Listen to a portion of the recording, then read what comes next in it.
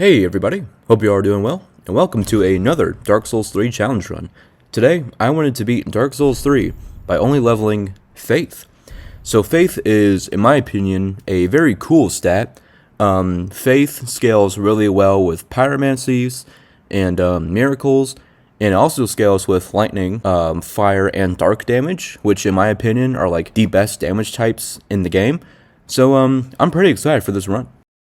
I go with the Pyromancy class because it has an equal amount of faith and intelligence levels at the start. And I know that everybody loves Spelunker, and so please give a warm welcome to Spelunky and let Spelunky's first run begin. So, like I mentioned earlier, Faith scales really well with Pyromancies and Miracles, and so we're going to be using a lot of those during this run. But before we can get insanely overpowered, we have to take out Gundyr. So Gundyr is pretty weak to fire, and with a mix of fireballs and our hatchet, Spelunky claims her first victim. I make my way into Firelink Shrine, picking up our usual Estus Shard and Silver Serpent Ring. I get my first few levels into Faith, and then I open these double doors and enter the High Wall of Lothric. While exploring the High Wall of Lothric, I decided to take out this Mimic Chest because it drops the Deep Battle Axe, which is infused with a dark gem, so it does dark damage. And when I killed it, somehow it dropped the Symbol of Avarice, which is such an insane drop because the drop rate for that item is so small. And what it does is when you have it on, it raises your item discovery rate and the amount of souls that you get per kill. And so that was an incredible drop.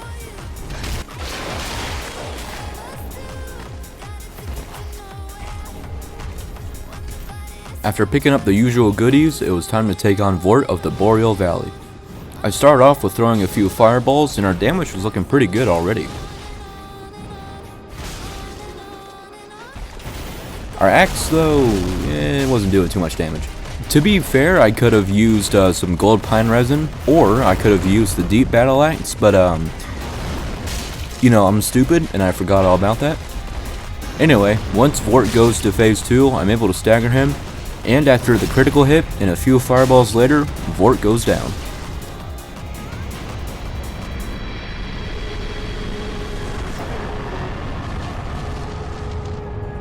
I then get abducted by some demons, which is a very normal thing to happen, and they drop me off at the Undead Settlement. I talk to Yol so he'll give me a few free levels back at Firelink Shrine. I go ahead and free Cornix from his cell because I can buy pyromancies from him. I then pick up the Fiery Clutch Ring, Flynn's Ring, and the Calanthe Ring, and then I journey back to Firelink Shrine where I talk to Cornix, where I buy Great Combustion, and I get my Pyromancy Flame up to +1. I then get my Faith to level 29, and then it was time to take on the Cursed Rotted Greatwood.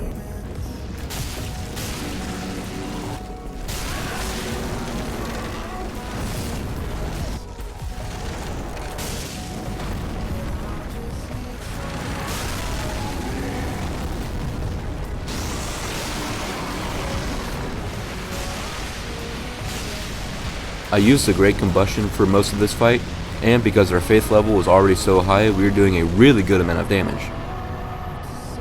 Before heading back to Firelink Shrine, I make a quick detour and I save this woman named Irina, who's going to be very helpful in this run because I can buy miracles from her. And as soon as I make it back to Firelink Shrine, I head directly over to her and I buy the Saint's Ring from her, which allows me to have an extra spell slot. I travel over to the Crucifixion Woods where I pick up Morn's Ring, which increases my miracle damage, and a miracle tome that I can give to Irina back at Firelink Shrine. A few minutes later I pick up the Sage Ring, which increases my spell casting speed. And then I make my way over to Farron Keep.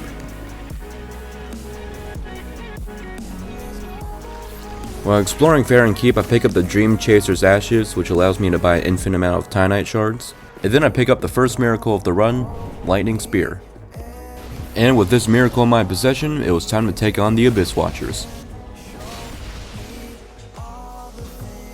And man, the Lightning Spear does a lot of damage.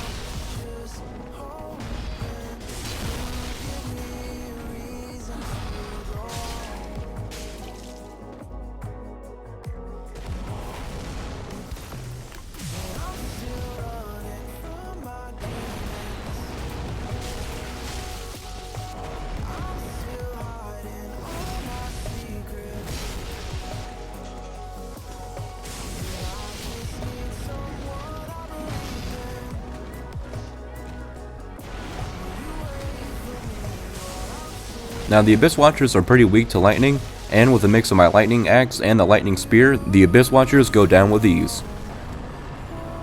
I journey back to Firelink Shrine where I get my faith level up to 40. And then I get my Sense Talisman up to +4, so it has an S scaling in faith. And then I enter the Catacombs of Karthus. Yippee! Thankfully I didn't have to be here very long, and before I knew it, it was time to face Wolnir. I decided to use the Great Combustion Pyromancy for this fight.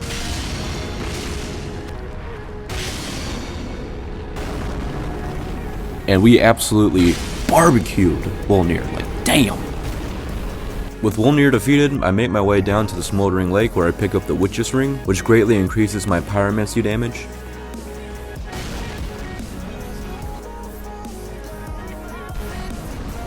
And then I collect another miracle, Lightning Stake. And then I figured it was time to take on the old Demon King. So I'm sorry that the beginning of this fight is, not here. I lost some footage and I apologize for that. But I used Lightning Stake for a good amount of this fight and it was doing really good damage.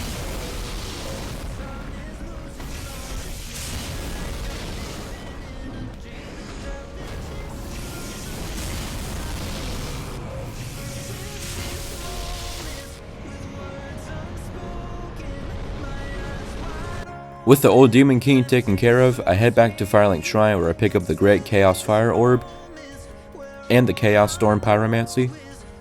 And after getting my faith level to 51, it was time to take on the Crystal Sage. And oh my god, the damage!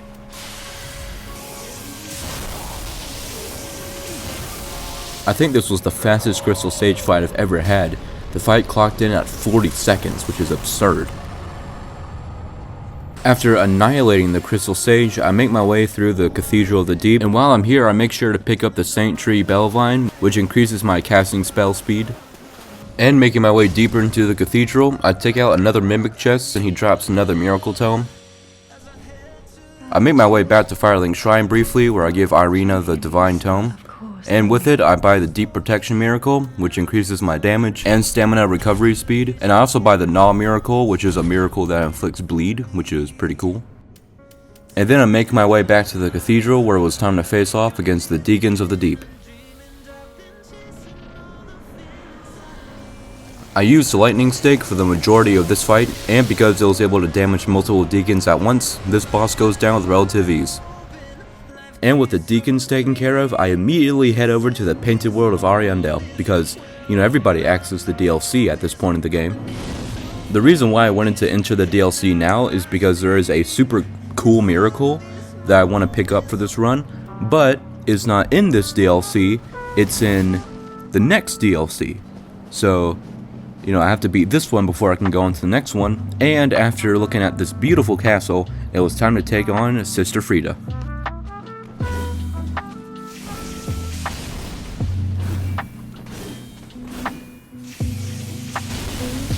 Ooh, yeah, that's not good damage. Yeah, I am not powerful enough to take Sister Frida on right now. Well, I'll leave you alone for right now, Sister Frida, but I'll be back. Putting the DLC on hold for right now, I make my way into Irithiel of the Boreal Valley. While I'm here, I barbecue this evangelist and she drops me Dory's Gnaw, which is a more powerful version of the Bleed Miracle I got before. Then I speedrun my way through the Irithiel dungeon, taking out this Mimic chest for another Estus shard. I take Yorm down on the first try. And after getting my faith level to 63, I figured it was time to take on the Dancer.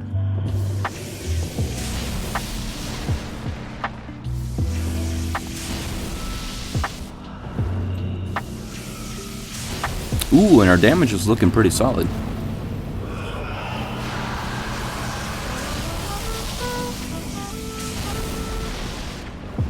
The Dancer is pretty weak to lightning, and because of that, we take her down the first try. Totally. Oh boy.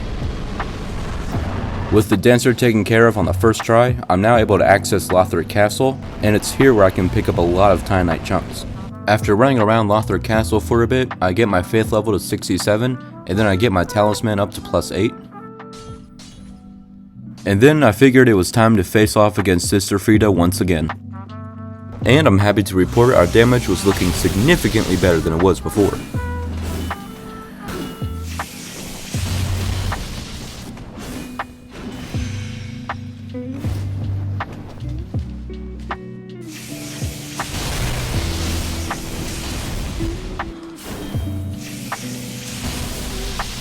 So I'm gonna be honest, I did use Gale as a summon to help me out here, but it only took 3 short hours for me to finally take down Frida. Yeah, that might be a skill issue on my part. But don't worry, because very soon I'm about to make up for using a summon by taking on one of the hardest bosses on my own. After wrapping up a 12-hour session with my therapist to talk to her about all the trauma that Sister Frida inflicted on me, I finally had the emotional stability to make my way to the drag heap. This is not at all an accurate representation of what I wanted to do to myself during those 3 hours of fighting Sister Frida. There's actually some really good stuff in this DLC, so I spent a few minutes wandering around the area and picking up anything I thought would be useful. I knew I wasn't quite powerful enough to take on the twin demons yet, so I made my way back to Irithiel Valley where I took on Pontiff Sullivan.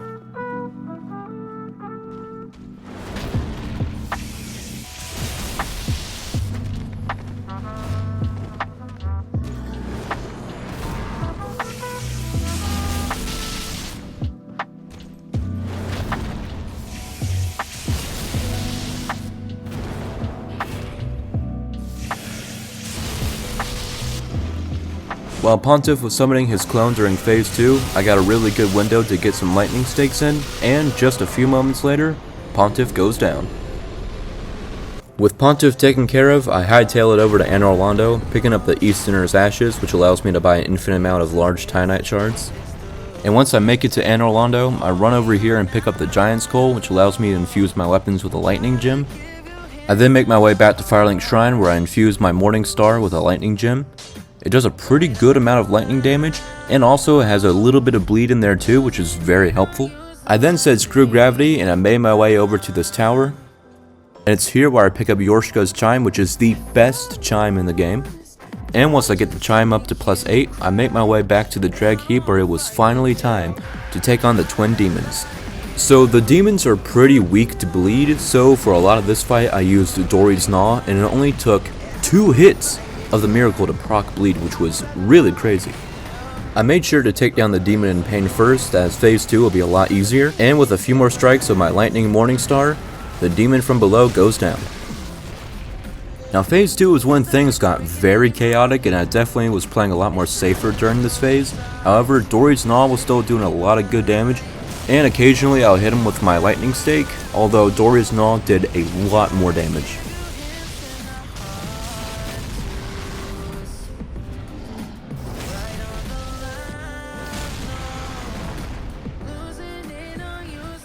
It got to the point where I had no heals and was very low on health, but the Demon Prince was also very low on health, so I decided to risk it for the not so great biscuit, and I fired one last Dory's Gnaw,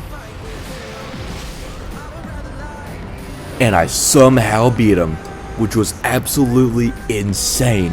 Man, what a clutch. Rumors must have spread about my insane clutch because I got some VIP transportation over to the beautiful Ringed City.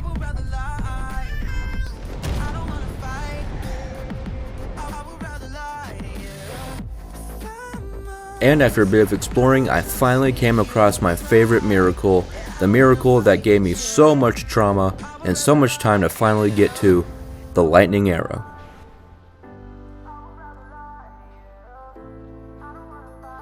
With the lightning arrow now in my possession, I figured it was a good time to take on Ultrage.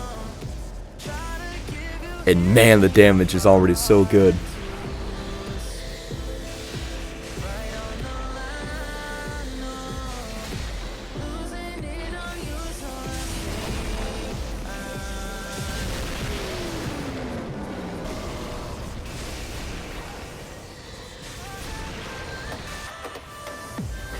With a few more lightning bolts, Ultrage goes down. I take a second to pose for the camera, and then I make my way back to Firelink Shrine where I pick up yet another super cool miracle, the Life Hunt Scythe. I get my faith to level 82, and then it was time to take on yet another boss, the Dragon Slayer armor.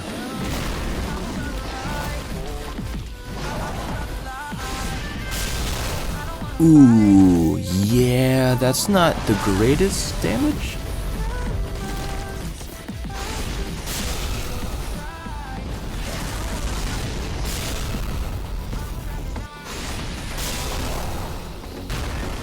Even though the scythe was pretty slow, the amount of health it gave me back was pretty good. It took me a few tries, but I finally came up with a good plan. So in phase 1 I would use the Life Hunt Scythe, and because phase 2 got a lot more chaotic, I would use Great Combustion, which not only did a pretty solid amount of damage, but I was able to cast it a lot faster than I would with the Life Hunt Scythe. Like I said, this boss took me a few tries, but with a few more combustions, the Dragon Slayer armor finally falls. I get my faith level to 85 back at Firelink Shrine, and then I figured it was time to go take on some optional bosses, so I made my way to the Consumed King's Garden where I began to fight Osiris the Consumed King.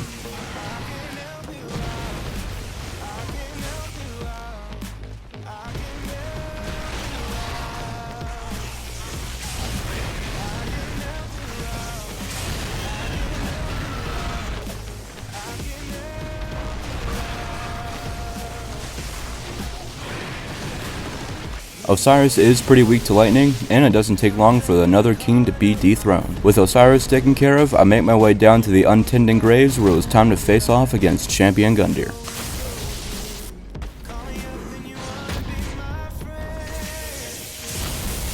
Oh my god, that damage is diabolical.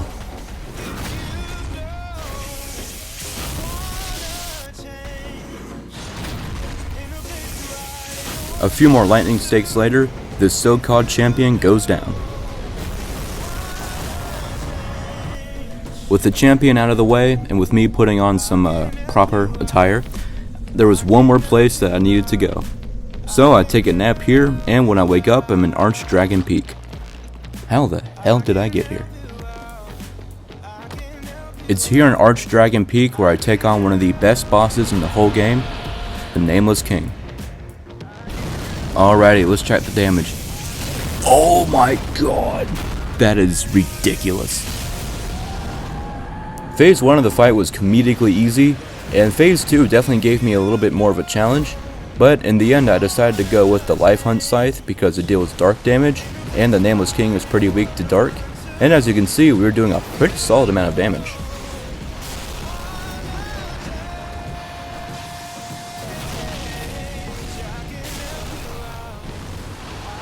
Now it got very close here at the end, but thankfully with one more sweep of my scythe, the Nameless King goes down.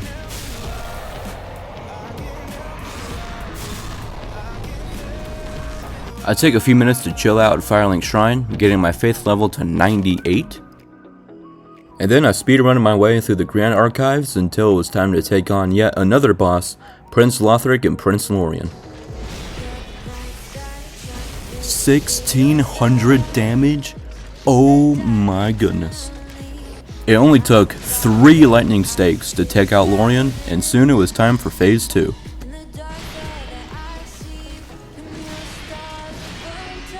Phase 2 was also pretty easy.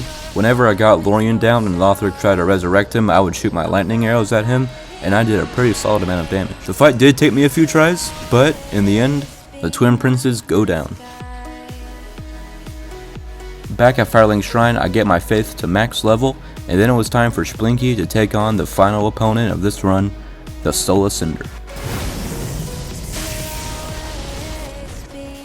I used Stories and all for a good amount of phase 1, and like most other bosses, it only took 2 hits of the miracle to proc the bleed.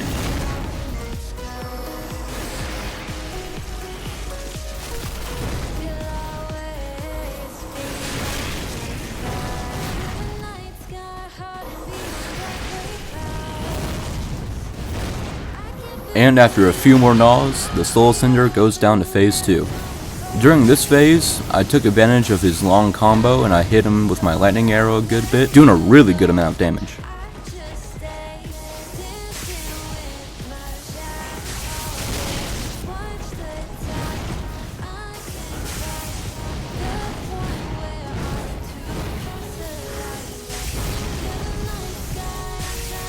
Now I got pretty close at the end, but with one final lightning arrow, the Soul Ascender goes down, concluding my faith only run in Dark Souls 3.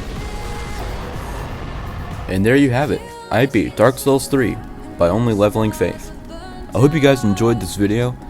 I personally thought this was such an incredible run.